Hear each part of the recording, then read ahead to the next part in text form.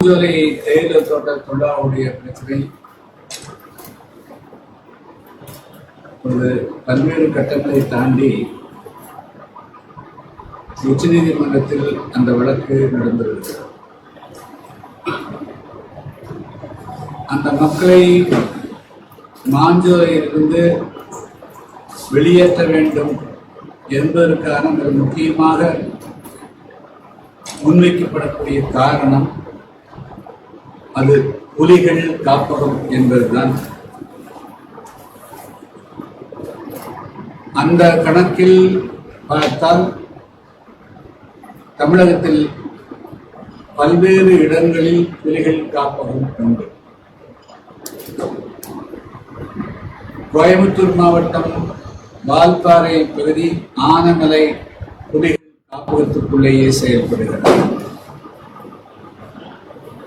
அதே போல நீலகிரி மாவட்டத்தில் குன்னூர், கோத்தகிரி, கொல்லூர் பகுதிகளும் புலிகள் காப்பகம். அங்கும் பல லட்சக்கணக்கான தொழிலாளர்கள் இருக்கிறார்கள், மக்கள் வாழ்கிறார்கள்.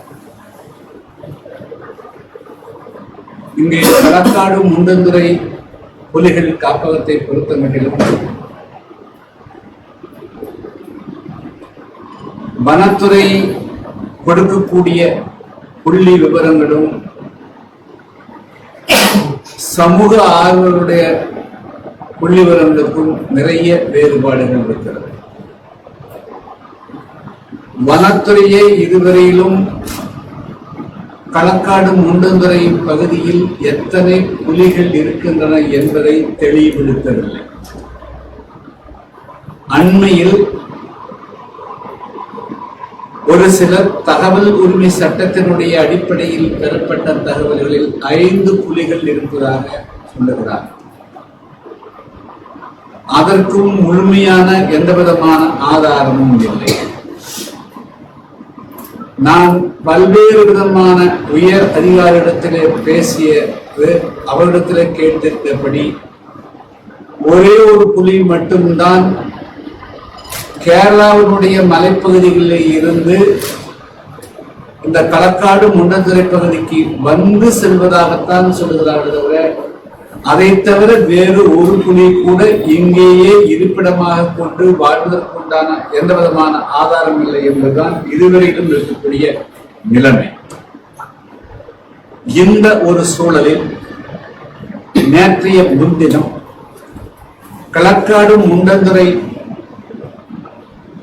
வனத்துறை இயக்குனர் இளையராஜா அவர்கள் விரைவில் இருந்து, அதாவது நாளைய மறுதினம் 24ஆம் தேதி முதல் புலிகளுடைய எண்ணிக்கையை கணக்கெடுப்பு துவங்கும் என்று அறிவித்திருக்கிறார். வனத்துறை அதிகாரிகள் மட்டுமே இந்த புலிகள் உடைய எண்ணிக்கை கணக்கெடுப்பு நடத்தினால் அது உண்மை வெளிவராது என்று சொன்னால், வரக்கூடிய 3ஆம் தேதி மார்ச் மாதம் 3ஆம் தேதி மீண்டும் மாஞ்சோலை தேயிலை தோட்ட தொழிலாளர்களுடைய பிரச்சனை சம்பந்தமாக வழக்கு விசாரணைக்கு வர இருக்கிறது. மிக முக்கியமாக இந்த புலிகளுடைய எண்ணிக்கை தான் அங்கு பிரச்சனையாக இருக்கும். அது புலிகளுடைய புகலிடமாக வழக்கு களக்காடு முண்டந்துறை பகுதி, மாஞ்சோலை பகுதி இருக்கிறதா இல்லையா என்பதுதான் மிக முக்கியமான பிரச்சனையாக இருக்கு. எனவே என்னுடைய வேண்டுகோள், வனத்துறை அதிகாரிகளை மட்டுமே வைத்து புலிகள் கணக்கெடுப்பு நடத்தினால் முழு உண்மை வெளியே வராது. எனவே இந்த கணக்கெடுப்பு நடத்துவதற்கு நடுநிலையாளர்களும் பங்கேற்க வேண்டும். குறிப்பாக இங்கே மனோன்மணியம் சுந்தர்நாத் பல்கலைக்கழகம் இருக்கிறது. அந்த பல்கலைக்கழகத்திலிருந்து அந்த என்வாரன்மெண்ட் சுற்றுப்புற சூழல் சம்பந்தமான துறை அதிகாரிகள், பேராசிரியர்கள், அதே போல நடுநிலையாளராக இருக்கக்கூடிய இந்த சமூக ஆர்வலர்கள் உட்பட இது போன்ற ஒரு பரந்துபட்ட குழுவும் சேர்ந்து ஆய்வு செய்தால் மட்டும்தான் இந்த களக்காடு முண்டந்துறையில் புலிகள் இருக்கிறதா இல்லையா என்பதே தெரியவர். எனவே அதைத்தான் இன்றைய பத்திரிகையாளர்களிடத்திலே நான் சொல்வதற்காக நான் இந்த நிகழ்ச்சி ஏற்பாடு செய்திருக்கிறேன். எனவே 24ஆம் தேதி முதல் நம்முடைய களக்காடு முண்டந்துறை பகுதியில் நடைபெறுவதாக இருக்கக்கூடிய புலிகள் கணக்கெடுப்பை வனத்துறை அதிகாரிகளை மட்டும் வைத்துக் கொண்டு செய்யக்கூடாது. நடுநிலையாளர்களும் அதிலே பங்கேற்க வேண்டும். அப்பொழுதுதான் அது உண்மையான தகவல். இதுதான் என்னுடைய முக்கியமான பேட்டு. ரீசெண்டா சார் கேரளா ஒரு 2 மாசம் 3 புலிகள் பார்டர்ல அச்சன்கோயில மேற்கு புலிகளை ஆரியங்காவில் ஆரியங்க பக்கத்தில் 3 புலிகள். அது ஒருவேளை அந்த புலிகளுடைய வடக்கு தான் இருந்திருக்கா? அதாவது நிரந்தரமாக புலிகள் மாஞ்சோலை பகுதியிலோ களக்காடு முண்டந்துறை பகுதியிலேயோ வாழ்வதற்கு உண்டான எந்த விதமான ஆதாரமும் கிடையாது. எனவே இது புலிகள் இங்கே வாழவில்லை என்று முடிவாகிவிட்டாலே அங்கே மாஞ்சோலை தொழிலாளர்களை வெளியேற்ற வேண்டிய அவசியமே வராது.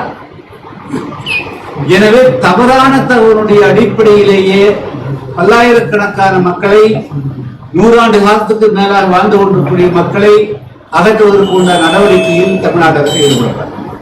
நான் எத்தனையோ முறை தமிழ்நாடு முதலமைச்சர் அவர்களுக்கு வேண்டுகோளாக வைக்கிறேன். ஆனால் அது அவர்களுடைய காதுக்கு எட்டுகிறதா இல்லையா என்பது தெரியவில்லை. எனவே இதை ஒரு முக்கியமான வேண்டுகோளாக வைக்கிறேன். வனத்துறை அதிகாரிகள் இதையாவது ஒரு முறையாக நெஞ்சுக்கு அதாவது மனச்சாட்சியோடு நடந்து கொள்ள வேண்டும். அவர்கள் மட்டும் கணக்கெடுப்பு நடத்தி தவறான புள்ளி விவரம் கொடுப்பது எந்த விதத்திலும் சரியாக இருக்காது. மேலும் புலி என்பதற்கும் சிறுத்தைகள் என்பதற்கும் நிறைய வேறுபாடுகள் உண்டு. அதாவது புலி என்று சொன்னால் பெங்கால் டைகர், அதுதான் புலி. பாக்கி எதுவும் புலி வகையை சேராது. எனவே இவர்கள் சொல்லக்கூடியது அனைத்துமே சிறுத்தைகள் அந்த வகையில தவிர புலிகள் அல்ல. ஆனா இதை உச்ச நீதிமன்றத்திலேயே தவறான தகவல் கொடுத்து உச்ச நீதிமன்றத்தையே ஏமாற்றுகிறார்கள். அதான் இப்ப பிரச்சனைங்க. உயர் நீதிமன்றத்தையே ஏமாத்தினாங்க.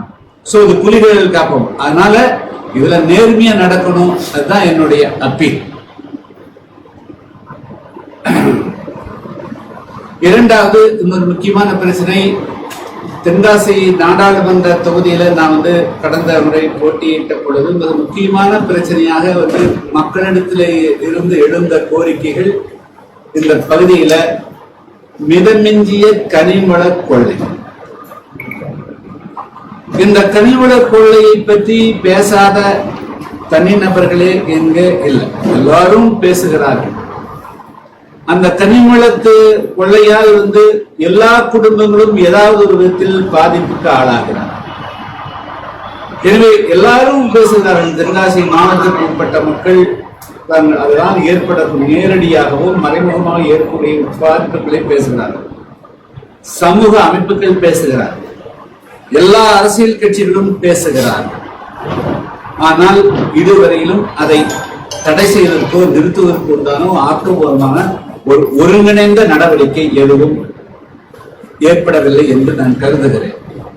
எனவேதான் ஒரு 15 தினங்களுக்கு உள்ளாக நம்முடைய தென்காசி மாவட்டத்தில் நடந்து கொண்டிருக்கக்கூடிய இந்த கனிமவள கொள்ளையை தடுத்து நிறுத்துவதற்கு உண்டான ஆக்கப்பூர்வமான நடவடிக்கையாக அனைத்து கட்சிகளையும், அனைத்து சமுதாயத்து வியாபாரிகள், வழக்கறிஞர்கள், மருத்துவர்கள், அதேபோல் சமூக ஆர்வலர்கள், அரசியல் கட்சிகள் என்று அனைவரையும் ஒருங்கிணைத்து ஒரு முதல் கட்டமாக ஒரு கருத்து கேட்பு கூட்டம், கலந்துரையாடல், ஆலோசனை கூட்டம் நடத்துவது என்று நான் முடிவு செய்திருக்கிறேன்.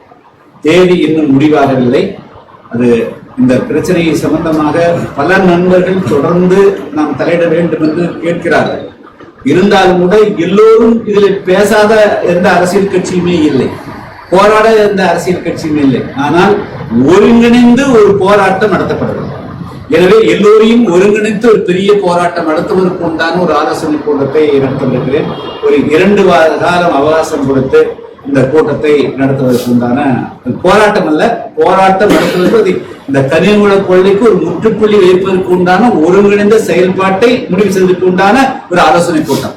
அது ஒரு 2 வார காலமோ அது ஒரு 20 நாளோ அதற்குள்ளாக அந்த கூட்டத்தை தென்காசியிலே கூட்டுவதற்கு முடிவு செய்திருக்கிறேன். இதுதான் இந்த 2 பிரச்சனை தாங்க இன்னைக்கு அனைத்து கட்சிகளோட கனிமவள கோரியில் கலாய்வு மேற்கொள்ளலாம் அப்படிங்கிற இதுக்கு அதுக்கு போவீங்களா? இல்ல, அதாவதுங்க நாம் வந்து இப்போ இது வந்து இந்த பிரச்சனை யாருக்கும் தெரியாது இல்ல. இந்த பிரச்சனையினுடைய தன்மை, அதனுடைய எல்லா பன்முக தன்மை நம்மளுக்கு தெரியாது கிடையாது. நான் ஏற்கனவே தெரியும் உங்களுக்கு வந்து இந்த எத்தனை லாரி வாகனங்கள் வந்து ஒவ்வொரு கிராமத்தின் வழியா போகுது, கிராம சாலைகள் எவ்வளவு பழுதடையுது. அதே போல வந்து ஒவ்வொரு குவாரியும் வந்து சட்ட விதிமுறைகளை மீறி 10 அடி எடுக்கணும்னா 100 அடி ஆழத்துக்கு எடுக்கிறது, 200 அடி ஆழத்துக்கு எடுக்கிறது.